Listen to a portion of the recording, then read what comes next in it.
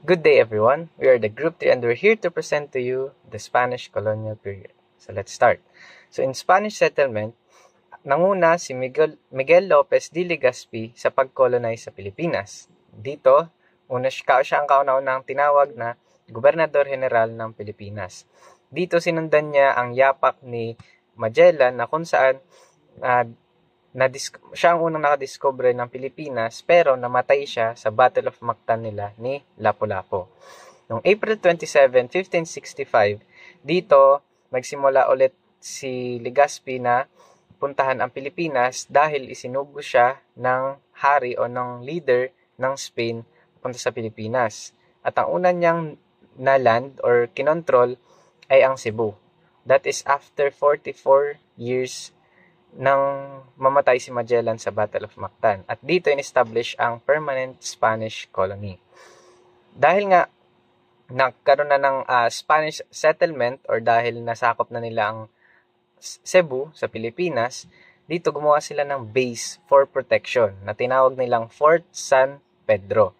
Kung saan dito yung pinakang base ng mga Spanish or dito sila naninirahan or ito yung nagiging protection para sa kanila laban sa iba pang mga tribes na pwedeng sumalakay sa kanila. Kaya ganun pa man, Cebu ang tinawag nilang first Spanish capital bago pa man ang Manila. At nang sa gayon, dahil nga sa gusto pang lumago ng Spanish, nag-expand pa sila to Panay at saka sa Manila. At dahil nakita nila na ang Manila ay mas malaki ang benefit sa kanila pagdating sa mga trading, sa mga transaction, dahil sa Manila noon pa man na Cebu pa lang ang sinasakop nila, meron ng trading sa iba't ibang bansa na pinangunahan ni Raha Matanda at ni Raha Sulaiman noong 1571. Kaya noon, sinakop ulit nila ang Manila at doon mas nag-expand pa ang Spain sa iba't iba pang mga isla. Simula nung masakop nila ang Cebu, dito na nagsimula ang bilang ng colonization ng Spanish, na kung saan inintroduce pa nila ang Christianity, ang kultura ng mga European at kung paano yung pamamahala nila. At syempre, hindi nila kinalimutan ng Cebu. Kaya ito tinawag pa rin nilang Cradle of Christianity, na kung saan dito yung lugar na nagmula ang religion ng mga Espanya. So, good day everyone. Ngayon naman ay tatalakayin natin is about sa education during the Spanish colonial period. So, during the Spanish colonial period is ipinakilala ng mga Espanyol ang European style of education system dito sa Pilipinas. Na kung saan yung mga misyonero, karamihan dito is yung mga pare at mga monghe, ay nagtayo ng mga primary schools, colleges at universities na kung saan dito nag-aaral yung mga kababayan nating Pilipino during that time. Sa panahon rin na ito, ang mga pari at mga relihiyoso ang nanguna sa buong educational system.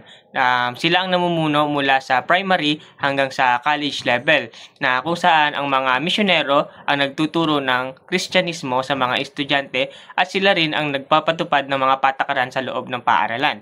Nakikipagtulungan sila sa mga opisyal ng gobyerno upang mapanatili ang kaayusan sa edukasyon at nagpatayo rin sila ng mga primary school na kung saan hindi lamang dito tinuturo yung about sa relihiyon kundi pati sa mga sekular na subjects katulad ng pagbasa, pagsulat at sa matematika.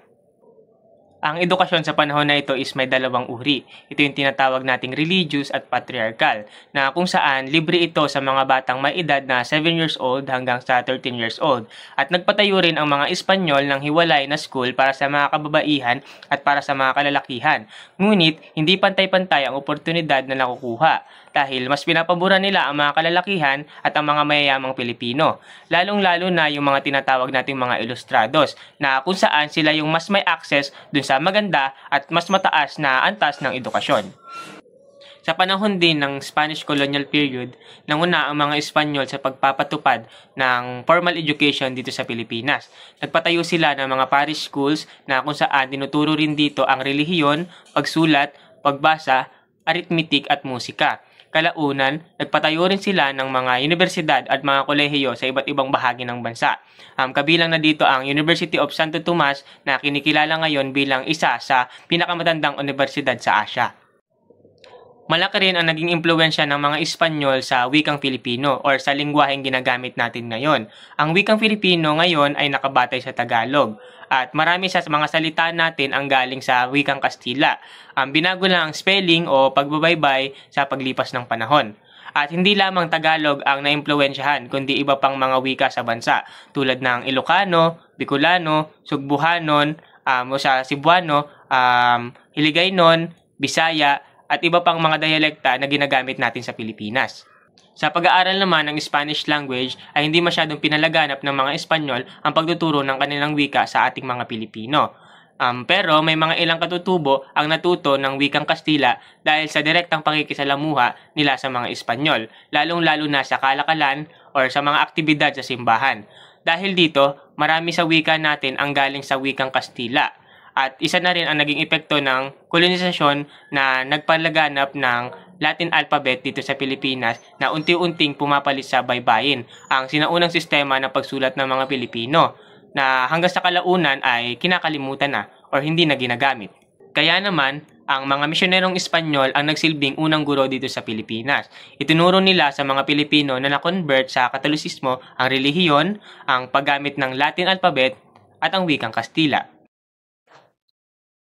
These lines introduce how religion played a big role during the Spanish colonization of the Philippines. The PRs, together with Spanish soldiers, traveled around the island to convert the local people to Roman Catholicism. However, most of these were nominal conversations, meaning people were baptized but didn't fully understand the teachings yet. The main cultural goal of the Spain was to Christianize and Hispanize Filipinos to change not just their religion but their culture, language, and way of life. Now, let's talk about the beginning religious conversation in the Philippines. It all started with Magellan. Arrival in 1521, he held the first documented mass in Limasawa and attempted to convert local rulers like Raja Humabon to Catholicism. These flights explain why Spanish were successfully in spreading Christianity across the Philippines. Number 1. Mass baptism. They convert large groups of people at once, which quickly increased the numbers of Catholics. Number 2. Reduction quality. They forced natives to live in centralized towns so it was easier to teach and control them. Number 3. Spanish clergy. Missionaries learned local language which helped them preach more effectively and gain trust. Number 4. Adoption of Christianity.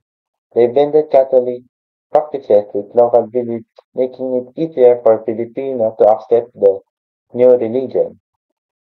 Because of these strategies, Catholicism became deeply rooted Filipino culture, tradition, and everyday life.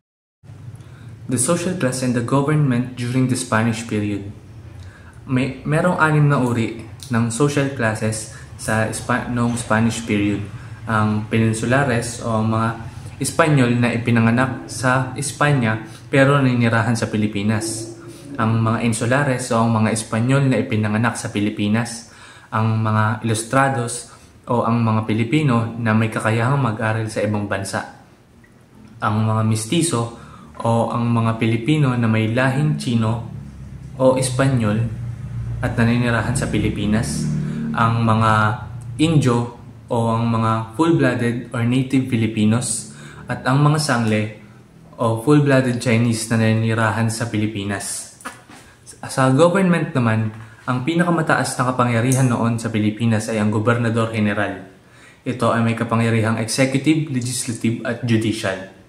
Ang mga kapangyarihan naman na nagbabantay noon sa mga kapangyarihang namumuno sa Pilipinas ay ang Royal Audiencia o ang Supreme Court, ang Residensya o ang nag-iimbestiga sa mga pinuno sa Pilipinas at ang Visitador o ang mga taong nagbibigay ng impormasyon sa hari ng Espanya tungkol sa kalagayan ng mga namumuno sa Pilipinas.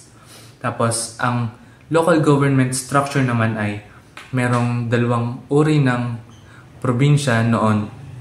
ang pacified at unpacified provinces. Ang pacified province ay pinamumunuan ng alkalde mayor at ang unpacified province naman ay pinamumunuan ng corregimientos. At meron ding town o pueblos na pinamumunuan ng gobernadorcillo o little governor. At meron ding city o ayuntamientos na pinamumunuan ng council o ng alcalde, regidores o alguacil mayor. Under the Spanish rule, agriculture shifted from mainly growing food for local use to producing crops for export.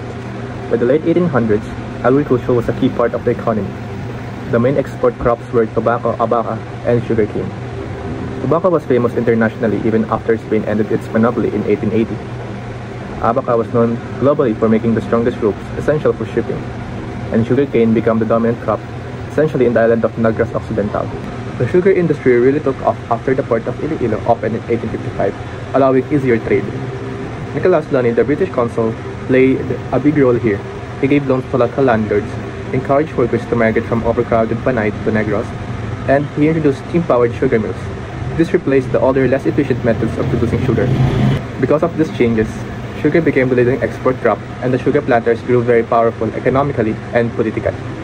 Before the Spanish arrived, Filipinos lived in barangays where land was shared communally. But the Spanish introduced the royal land grants or the encomienda system. This meant land was given to the Spanish official called encomenderos. This official collected tribute and kept order, but also controlled the land. This system created large estates, included fire lands owned by the religious orders. As a result, many native Filipinos lost their land and became tenants or laborers on lands they owned once. Now let's talk about agrarian reform. This is basically a government effort to redistribute land and protect farmers. In 1894, the Spanish government passed a royal decree, also known as the Mora Law, which required people to register their lands officially. However, many Filipino peasants were illiterate or didn't understand Spanish laws, so they couldn't register the lands. Meanwhile, Spanish elites quickly registered large estates, including lands farmed by the natives. It caused about 400,000 Filipino peasants to lose their lands and became tenants or laborers. So instead of helping farmers, the agrarian reform often made things worse for them. Finally, the Spanish used several methods to take lands from the Filipinos. First, they bought land cheaply from desperate farmers. Second, the mortgage system called Pacto de Renta allowed peasants to sell land with an option to buy it back, but many failed to do so, losing ownership. Third, many peasants didn't fully understand Spanish laws, so landlords took advantage and claimed their lands. With these actions, it led to huge land inequality and caused social unrest that lasted for decades. Now, let's talk about the medicine in the Spanish period. It is limited. The supplies came from Manila Acapulco Hungarian trade. The religious missionaries led the healthcare and they collaborated with the local healers and they used native plants. The Spanish colonizer and missionaries studied local herb and indigenous healing method to combat tropical diseases. They collaborated with the curanderos and they become skilled with herbal medicine. The rural poor relied on traditional healers like matanda or medikilyo para mas accessible yung heal nila. Tapos, here's the contribution of Father Francisco Ignacio. He's a Jesuit missionary and a Spanish historian. He wrote the manuscript listing various plants and herbs used by Filipino for medical purposes in 1668. Ayun, pinakita niya na kung gaano ka resourceful yung mga Filipino and how close we are sa nature, laying the groundwork for modern Philippines, pharmacology, and lasting folk healing tradition. Tapos, example nito yung anonang, tapos yung talbos ng patola or yung salaksak, yung salibutbut or yung pandakaki. Tapos, arogangan, yung gumamela and sulasi. Tapos, marol or yung sampagita.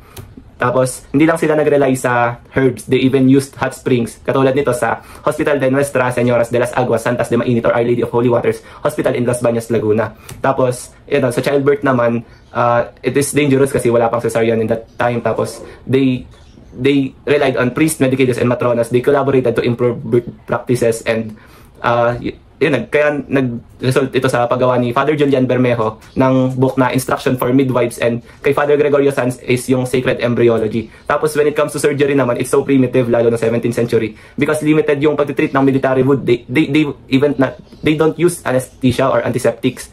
Kaya painful and deadly yung mga operation that time, lalo na sa amputation. Kaya sabi nga ni Jean Malat noong 1846, he described surgery as useless science. Tapos yun lang, this show na how the early efforts laid the foundation for modern medical public health practice in the Philippines.